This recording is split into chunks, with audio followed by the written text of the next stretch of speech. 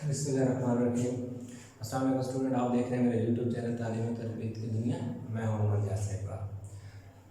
Student, आज हमारे पास exercise 7.5 का इसका क्वेश्चन नंबर 9 जो है उसको यहाँ सॉल्व करेंगे।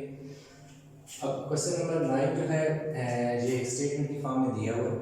वो स्टेटमेंट में क्या कहता है, ये आपको स्टेटमेंट में एक्सप्लेन करने दो। अगर आप स्टेटमेंट आपको अच्छी तरह समझ आ जाती है तो क्वेश्चन जो है आपके लिए बहुत आसान हो जाता है उसको सॉल्व करना। तो चलिए स्टार्ट करते हैं हम अपने क्वेश्चन को। A television antenna of 8 feet height is located on the top of the house. अब वो कह रहा है कि कोई इस तरह यहाँ इस तरह डायग्राम बना कि सपोज ये घर है हमारे पास, ये उसका सपोज क्या है, एक छत है।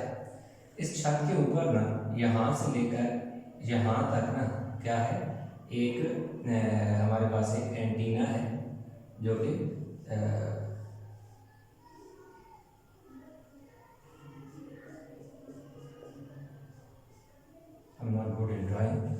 एक एंटीना है जो कि ये छत है, छत से ऊपर कितना है जी, 8 फुट का एंटीना है। ठीक है, a television antenna of 8 feet, एक टेलीविजन एंटीना है जो कि 8 फुट का है, 8 foot height, is located on the top of the house, के घर के छत के ऊपर पाया गया, इन घर के छत के ऊपर लगा दिया। From a point on the ground, ये हमारे पास ग्राउंड है, नीचे हमारे पास क्या है, जमीन है, ये हमारे पास क्या है, ground. From a point on the ground the angle of elevation to the top of the house is 17 degree. कि घर के टॉप से जो नीचे है ग्राउंड तक, वो जो एंगल है हमारे पास, एंगल ऑफ एलिवेशन, वो हमारे पास कितना बन रहा है, 17 डिग्री। मैं डायग्राम बना ये एंगल ऑफ एलिवेशन किस क्या चीज़ है, ये भी मैं आपको समझाऊंगा कि एंगल ऑफ एलिवेशन और एंगल ऑफ डिप्रेशन में क्या फर्क है। यहाँ तक यानी कि हमने क्वेश्चन की स्टेटमेंट को 17 डिग्री तक बात कर ली। एंड आगे बात करते हैं, the angle of elevation to the top of the antenna is 21.8 degree. अब कह रहा है कि जो टॉप ऑफ द एंटीना है, यानी अगर एंटीना के यहाँ से हम क्या करेंगे, टॉप ऑफ द एंटीना है जो है उससे ग्राउंड के साथ जो एंगल बन रहा है वो कितना बन रहा है, यानी यहाँ से जो एक और एंगल बन रहा है 21.8 डिग्री बन रहा है। Find the height of the house, यानी कि जो हाइट ऑफ द हाउस है उसको हमने क्या करना है, फाइंड करना। एंगल ऑफ एक और एंगल ऑफ एलिवेशन उसने दिया हुआ 17 है और दूसरा है 21। अब हाउस तो लाजिम बात है, छत अगर इसका ये है, छत के ऊपर लगा हुआ है तो हाइट ऑफ द हाउस तो ये होगी, यहाँ से लेकर यहाँ तक जो है हाइट ऑफ द हाउस होगी। ठीक है, तो जो हाइट ऑफ द हाउस है, अब इसको ब्लैंक में मिटा देता हूँ ताकि डायग्राम बन जाए, ट्रायंगल बनता है आपको वाज़ेह नजर। तो अब height of the house find करेंगे। हम हाइट ऑफ द हाउस जो है उसको लेट कर लेंगे, तो इसको ना पहले हम डायग्राम में नाम देते हैं, ए बी सी, और ये वाला जो पॉइंट है इसे हम डी कहते थे। ए बी सी डी, ये हमारे पास जो है एक ट्रायंगल है, दो ट्रायंगल, हम इसको अलग बात में कर लेंगे ताकि आपको समझाने के लिए। लेकिन इस क्वेश्चन को स्टार्ट करने से पहले जो उसने एंगल ऑफ एलिवेशन की बात की है वो मैं आपको थोड़ा सा पहले समझा दूँ, फिर हम जो है इस क्वेश्चन के सोल्यूशन की तरफ चलते हैं, वो और ज़्यादा आसान हो जाएगा। अच्छा, एंगल ऑफ एलिवेशन का ये मतलब होता है कि ये देखो, यहाँ पे सपोज हमारे पास एक ऑब्जर्वर है, देखने वाला है, देख रहा है किसी चीज़ को, और ये हॉरिजॉन्टल लाइन है, यानी कि ये उसकी हॉरिजॉन्टल लाइन है, यहाँ पे यूं यानी हॉरिजॉन्टल लाइन है, और वो क्या कर रहा है, यहाँ आसमान की तरफ किसी चीज़ को देख रहा है। जैसे फर्स्ट स्टेप में ऊपर सीलिंग फैन को देख रहा हूँ, तो ये मेरी हॉरिजॉन्टल है, और ये यानी कि यूं एक मेरी लाइन ऑफ साइट जो है, यानी नज़र जो है वो बिल्कुल उस पर पड़ रही है। तो जो हॉरिजॉन्टल है उसके साथ ऊपर की डायरेक्शन में जो लाइन ऑफ साइट होगी, यानी हॉरिजॉन्टल लाइन इधर है और जो लाइन हॉरिजॉन्टल लाइन है लाइन ऑफ साइट यूं है ऊपर की जानिब। अगर लाइन ऑफ साइट ऊपर की जानिब है, हॉरिजॉन्टल इस तरह है, तो हॉरिजॉन्टल के साथ ऊपर की जानिब जो एंगल बन रहा है ना वो एंगल ऑफ एलिवेशन कहलाता है। ये देखो हॉरिजॉन्टल लाइन है और ये ऊपर की तरफ बन रहा है, तो ये एंगल ऑफ एलिवेशन है। इसी तरह एक बंदा छत पे खड़ा है या किसी ब्रिज के ऊपर खड़ा है, वो नीचे की जानिब देख रहा है। अब अगर एक बंदा छत से खड़ा होकर नीचे स्ट्रीट में देख रहा है, अब उसकी हॉरिजॉन्टल लाइन ये है और वो क्या कर रहा है, नीचे को डायरेक्शन को इस डायरेक्शन में देख रहा है। तो अब क्या है कि अगर हॉरिजॉन्टल लाइन के डाउनवर्ड एक एंगल बन रहा है, नीचे की जानिब एक एंगल बन रहा है, तो वो एंगल क्या कहलाता है, एंगल ऑफ डिप्रेशन कहलाता है। अब ये हॉरिजॉन्टल लाइन है, इसके एक नीचे की जानिब है, जो हॉरिजॉन्टल लाइन के नीचे की जानिब डाउनवर्ड बन रहा है वो एंगल ऑफ डिप्रेशन, और ऊपर जो बन रहा है एंगल ऑफ एलिवेशन। इसको आप इस तरह भी याद रख सकते हो, depression, angle of depression, D for down, D for depression, D for down. Down का मतलब क्या होता है, नीचे, और उसका अपोजिट एंगल ऑफ एलिवेशन होगा। और एलिवेशन को आप इस तरह भी याद रख सकते हो कि जैसे एलिवेटर, एलिवेटर यानी क्या किसे कहते हैं, लिफ्ट को। जो लिफ्ट आप क्या होता है, लिफ्ट नीचे से आप ऊपर की जानिब लेके जा रही थी, यानी कि नीचे से ऊपर की तरफ राइज हो रहे होते हैं। आप नीचे हैं ग्राउंड फ्लोर पे और आप ऊपर किसी फ्लोर पे जाना चाह रहे हैं, तो क्या होता है, नीचे से आप ऊपर की जानिब जा रहे हैं, तो एलिवेटर यानी कि वो जो लिफ्ट है वो आपको ऊपर लेके जा रही होती है। तो अब क्या है कि नीचे से ऊपर जा रही है, तो इसका मतलब है कि नीचे से जो ऊपर की डायरेक्शन में एंगल बनता है वो एंगल क्या होगा, एलिवेशन होगा। तो अब यहाँ पर ना उसने ये बात है, इसलिए ये देखो हॉरिजॉन्टल लाइन है, ये हॉरिजॉन्टल लाइन है, और यहाँ से पहला एंगल जो बन रहा है ये भी एंगल ऑफ डिप्रेशन 17 डिग्री, और एंगल ऑफ एलिवेशन जो दूसरा बन रहा है वो क्या है 21.8 डिग्री। ये स्टेटमेंट जो है इसको एक दफ़ा पढ़कर आपको बता दूँ, इसको मैं आसान लफ्ज़ों में और भी आपको समझा दूँ। अब वो कह रहे हैं कि छत है, छत के ऊपर ये छत है, छत के ऊपर एक एंटीना लगा हुआ है और वो 8 फीट है। अब वो कह रहा है कि अगर छत से खड़े होकर आप ग्राउंड को देखें, इन छत से जो ग्राउंड के साथ एंगल बन रहा है वो 17 डिग्री है छत के टॉप से। और कहते हैं अगर छत के टॉप के बजाय हम क्या करें, ऊपर एंटीना के टॉप से लें, एंटीना के टॉप से लें तो वो कितना बनेगा 21.8 डिग्री बनेगा, यानी दो एंगल, एक छत से जमीन के साथ 17 डिग्री और एक एंटीना के टॉप से जमीन तक 21.8 डिग्री। अब वो कह रहा है कि देखो छत से ऊपर की जो हाइट है, जो एंटीना की, वो तो उसने हमें दे दी है। अब कह रहे बताएं कि जो छत जमीन से नीचे हाइट ऑफ द हाउस है, ये जो घर है, इसकी जो हाइट है, बुलंदी है, ये कितनी है, ये उसने हमसे पूछी। तो अब हम ये करते हैं कि हम लेट कर लेंगे कि लेट हाइट ऑफ हाउस जो है वो हमारे पास क्या है, BC है, दैट इज मेजरमेंट BC है, वो हम x क्या कहते हैं जी, x फीट कहते हैं, यानी वो हमारे पास x है, इसको हमने क्या कह दिया, x है। अब हमारे पास दो ट्रायंगल है, मैं दो ट्रायंगल को अलग-अलग साइड में बना लेता हूँ। एक ट्रायंगल मेरे पास क्या है, यूं है, ये जस्ट आपको समझाने के लिए ABC जो जिसके साथ एंगल ऑफ एलिवेशन 17 डिग्री का क्या हो रहा है, बन रहा है। इसी तरह मेरे पास एक और ट्रायंगल है जो कि बड़ी एंटीना के टॉप के साथ है, वो क्या है जी, AB और क्या है, D, ठीक। और इसके साथ जो मेरा एंगल बन रहा है ये बन रहा है जी 21.8 डिग्री। जस्ट आपको दो अलग-अलग जो बनाई है आपको सिर्फ समझाने के लिए बनाई है। ये वाली जो ट्रायंगल है ये इस बड़ी ट्रायंगल के अंदर है, ये बड़ी ट्रायंगल, ठीक। तो हमारे पास जो BC मेजरमेंट BC जो है वो हमें क्या करनी है, measurement BC is equal to जो है हमें क्या करनी है, x है, यानी उससे हमने क्या करना है, B से लेकर C तक जिसको हमने लेट x किया हुआ है, ये हमने क्या करनी है, फाइंड करनी है। सही होगी। अब इसी तरह हमारे पास क्या है कि B से जो D है, अब ये वाला मैं समझेगा,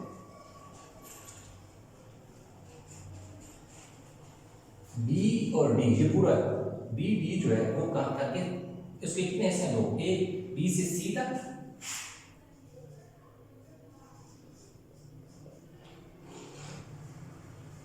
अब ये चीज है BD जो है वो BD यहां से लेकर यहां तक पूरी लाइन है, BD पूरी लाइन है, उसका एक पार्ट जो है वो B से C तक है और एक क्या है C से D तक है, यानी BC प्लस CD, इन दोनों को BC प्लस CD इन दोनों को ऐड करो तो क्या बनता है, BD बनती है, यानी BD के दो हिस्से हैं, उन दोनों को ज्वाइन करने से बनता है। तो मेजरमेंट जो BD है आपके पास वो क्या है आपके पास, बी से सी का कितना फासला है, बी से सी तक x और सी से डी तक कितना है, यानी तो ये पूरी अगर हम बात करें, ये वाला बी से ये क्या आ जाएगा x प्लस 8 आ जाएगा, यानी बी डी पूरा का पूरा x प्लस 8 आ जाएगा। तो हमने बी डी x प्लस 8 लिखी थी। अब हम क्या करते हैं कि इधर लिखते हैं इन ट्राइंगल, ये ट्राइंगल है ए बी सी, यानी हम ए बी सी ट्राइंगल को सॉल्व कर रहे हैं। इसको ये जो ए बी सी, ये जो पहले वाला हिस्सा नीचे वाला हिस्सा है। अब ए बी सी में हमारे पास क्या है कि अब हमें फाइंड क्या करना है, ये ऐसे यानी ए बी सी हम ये ट्राइंगल, हमने इसलिए मैंने इसको अलग कर दिया। अब हमें क्या करना है कि 17 डिग्री है, अब हम लगाएंगे टेंजेंट का फार्मूला। अब tangent 17 degree, tangent 17 degree is equal to क्या होता है, टेंजेंट बल्कि ऐसे tangent theta is equal to perpendicular over base होता है, परपेंडिकुलर बेस। अब ये जो साइड है इसे क्या कहते हैं, परपेंडिकुलर, इसे क्या कहते हैं, बेस कहते हैं। नीचे वाली जो साइड होती है इसे बेस कहते हैं, और ये जो साइड होती है इसे क्या कहते हैं, हाइपोटेनस कहते हैं। ठीक है। अब tangent theta is equal to perpendicular और बेस होता है। अब हमने tangent theta is equal to perpendicular और बेस क्यों लगा रहे हैं, हम इसलिए लगा रहे हैं कि परपेंडिकुलर और बेस कि हमें परपेंडिकुलर तो फाइंड करना है, साइन और कॉस हम नहीं लगा रहे, क्योंकि साइन में हमारे पास परपेंडिकुलर हाइपोटेन्यूज आ जाएगा, उसको उसकी हमें जरूरत नहीं, और हमारा एंगल जो है यहाँ नहीं है। अब हमें क्या करना है, इसे लगा देते हैं वैल्यू। टेंजेंट कितना लगाएंगे, टेंजेंट हमारे पास कितना है जी 17 डिग्री है, और परपेंडिकुलर क्या है हमारे पास, परपेंडिकुलर हमारे पास x, और बेस हमारे पास क्या है ए बी, हम क्या लिखते हैं भैया ए। अब टेंजेंट 17 की हम वैल्यू निकाल लेते हैं जी कैलकुलेटर से। हम टेंजेंट 7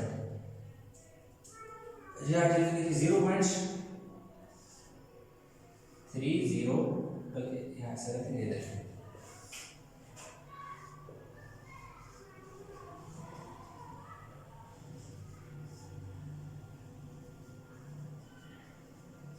अब हमने यहाँ क्या किया, टेंजेंट 17 की इस जगह वैल्यू पुट कर दी, 0.3057 आ गया।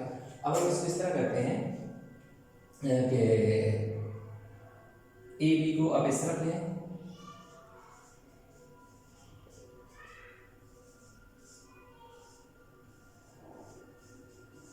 इसको इस तरफ लेंगे, इसको इधर लेंगे। ठीक है।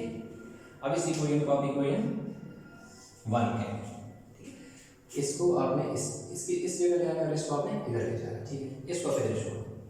अब हमने क्या कर लिया, ये नीचे वाले जो ट्रायंगल थी, ये नीचे वाला हिस्सा था, इसको हमने सॉल्व कर लिया। अब हमारे पास क्या है, ये वाली, ये पूरी ट्रायंगल ए बी से लेकर डी तक, ए बी डी। अब ए बी डी में क्या है, अब हम यहाँ लिखेंगे in triangle A B D, A B D आ गई। इसमें अगेन हमारे पास जो लगाएंगे हम टेंजेंट, अब एंगल चेंज हो गया। अब टेंजेंट कितना हो गया 21.8 डिग्री। अब हमारे पास क्या है जी परपेंडिकुलर, अब परपेंडिकुलर क्या है जी x प्लस 8 है, बी डी है, बी डी हमारे पास क्या है x प्लस 8। अब हमारे पास x plus 8 over base, base हमारे पास क्या है ए बी, यानी इसमें जैसे ए बी। ठीक। टेंजेंट थीटा जो होता है वो परपेंडिकुलर अवर बेस होता है, tangent theta is equal to perpendicular base. अब यहाँ पे जैसे मैंने लिखा था tangent theta is equal to perpendicular base, यहाँ जो परपेंडिकुलर की वैल्यू थी वो डाली, बेस की डाली। इसी तरह यहाँ tangent again tangent theta perpendicular over base होता है, टेंजेंट थीटा, थीटा की जगह मैंने क्या वैल्यू पुट की 21.8, क्योंकि अब मैं इस पूरी ट्रायंगल को हल कर रहा हूँ, मेरा एंगल बड़े वाला आएगा, ये इसी मैंने अलग लगा दी 21.8 is equal to perpendicular, perpendicular ये वाली लाइन है x प्लस 8 यानी x प्लस 8 है, और नीचे बेस, ये वाला मेरा क्या है बेस है, यहाँ जैसे मैंने आपको बताया होगा, तो इसका बेस अब ए बी। ये देखो अब टेंजेंट 21.8 की वैल्यू निकाल लेता हूँ कैलकुलेटर से, 0.4। अब ये वाली वैल्यू मेरे पास क्या आ गई है 0.4 is equal to x plus 8 our measurement A B, ठीक है। अब x plus 0.4 is equal to x plus 8 our A B आ गया हमारे पास। अब इसको इधर ले हैं, इसको इधर ले जाए।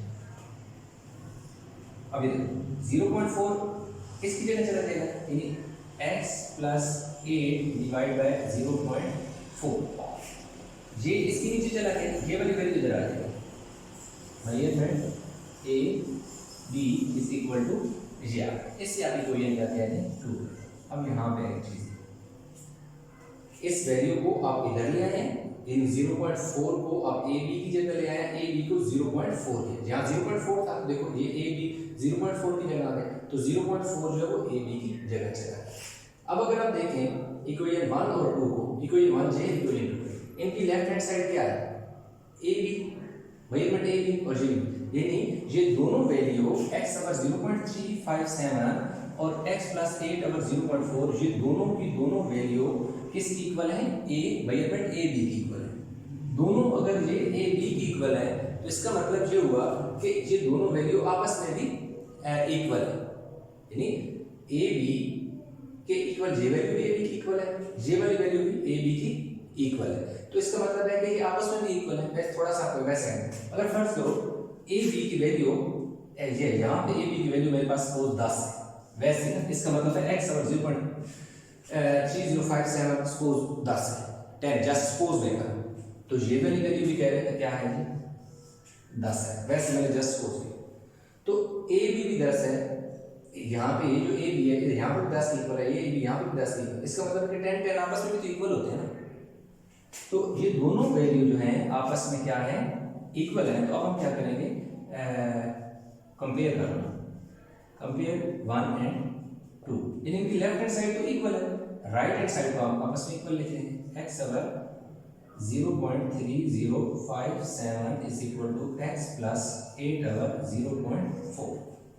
इस स्टेप में हमने जस्ट क्या किया कि ये जो दोनों इक्वल थी इनको कंपेयर करिए, दोनों ए बी की इक्वल थी, इसलिए इनकी लेफ्ट हैंड साइड आपस में इक्वल थी। तो जो राइट साइड पे वैल्यू थी ये वाली वैल्यू, इसको इस इक्वेशन इक्वेशन 1 की राइट साइड को इक्वेशन 2 की राइट साइड वाली इक्वेशन से इक्वल कर दें।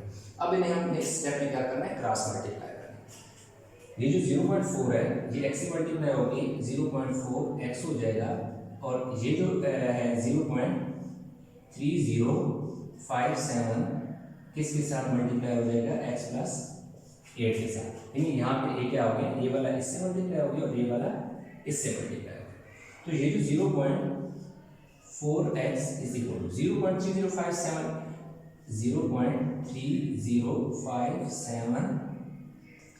Plus 0.3057 multiply by 8। अब इस स्टेप में मुझे ये जो वैल्यू है 0.3057 पहले x के साथ मल्टीप्लाई हुई और फिर ये वैल्यू 0.38 के साथ भी मल्टीप्लाई। ये देखो 0.3057 यहाँ समझ में x लिखना भूल गया, x है, ठीक है। 0.3057x और 0.3057 मल्टीप्लाई बाय 8, यानी ये वाली वैल्यू ब्रैकेट के अंदर दो थे नंबर, x के साथ भी मल्टीप्लाई हुआ और 8 के साथ भी मल्टीप्लाई। तो अब इस स्टेप में हमें क्या करना है, 0.4x, ये जो x वाली वैल्यू है ना ये वाली, इसको आप इधर जाओ x इधर, तो यहाँ इधर आके ये क्या हो जाएगी, माइनस हो जाएगी, और इधर क्या हो जाएगा 0.3057 मल्टीप्लाई बाय 8। तो अब इसको मल्टीप्लाई बाय 8 कर देते हैं, 2.4456 2.4456। अब हमने क्या किया 0.3057 मल्टीप्लाई बाय 8 किया तो 2.4456 आ गया। अब हमने क्या करना है, ये भी x है ये भी x है, इन दोनों में से x आप क्या कर लो कॉमन, जब x आप कॉमन लोगे तो क्या आपके पास बचेगा 0.4 माइनस 0.3057 बचेगा, ठीक है। तो अब हमने इस स्टेप यहाँ पर क्या किया, 0.4x माइनस 0.3057, इधर भी x था इधर भी x था, तो x को हमने बाय कॉमन ले लिया 0.4 और 0.3057। अब हमें क्या करना है 0.4 माइनस 0.3057, यानी 0.4 से 0.3057 हमने क्या कर लेना है, माइनस कर लेना है, ठीक है जी। इन दोनों को माइनस हम करते हैं, हमारे पास बन जाता है 0.093। अब मैं देख करता हूँ थोड़ी सी ऊपर जो स्टेटमेंट है इसको मैं देता हूँ ताकि यहाँ पर निकल लूँ कुछ। अब मेरे पास आ गया जी ये इज इक्वल टू 2.4456। अब मेरे पास ये आ गया x के साथ क्या वैल्यू आ गई मेरे पास 0.0 समथिंग कुछ आ रही है 943 इज इक्वल टू 2.4456 आ गई। ठीक है जी। अब ये जो वैल्यू है 0.0943 x के साथ मल्टीप्लाई हो रही है, यही वैल्यू जब इस तरफ जाएगी तो इसके साथ क्या हो जाएगी, जाके डिवाइड हो जाएगी। 2.4456 डिवाइड बाय 0.0943 तो x इज इक्वल टू, अब हमने इनको क्या कर लेंगे आपस में डिवाइड कर लेंगे। अब 2 डिवाइड बाय 2.4456 डिवाइड बाय 0.0943 24.94 जो फीट हमारे पास क्या आ गया है height of the house of. ठीक है ठीक है। तो यहाँ हमारे पास हम लिखेंगे height of the house,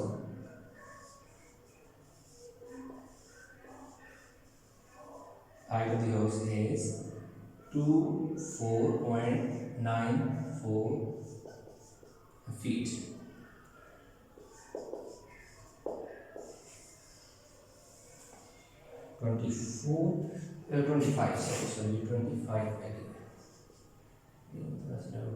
check कर 25 करके 2.4456 डिवाइड बाय 0.0943 तो ये हमारे पास इसका क्या आ गया आंसर आ गया। जो हाइट ऑफ दी हाउस हमने निकालनी थी वो हमने निकाल दी। तो आई होप ये क्वेश्चन आपको समझ आ गया होगा। अगर इस क्वेश्चन में आपको किसी किस्म का कोई प्रॉब्लम है, आपको कहीं किसी स्टेप में समझ नहीं, तो नीचे कमेंट में आप अपना प्रॉब्लम जो है मैसेज शेयर कर सकते हैं। इंशाल्लाह वो आपको आपका प्रॉब्लम में जो है आंसर देने की जरूर कोशिश करूँगा। और वीडियो अच्छी लगी तो लाइक कीजिएगा, शेयर कीजिएगा। अगर अभी तक आपने चैनल सब्सक्राइब नहीं किया तो चैनल को ज़रूर सब्सक्राइब कीजिएगा। इंशाल्लाह मिलते हैं एक नए लेक्चर के साथ, तब तक आप बहुत सारा ख्याल रखिएगा। अल्लाह हाफ़िज़।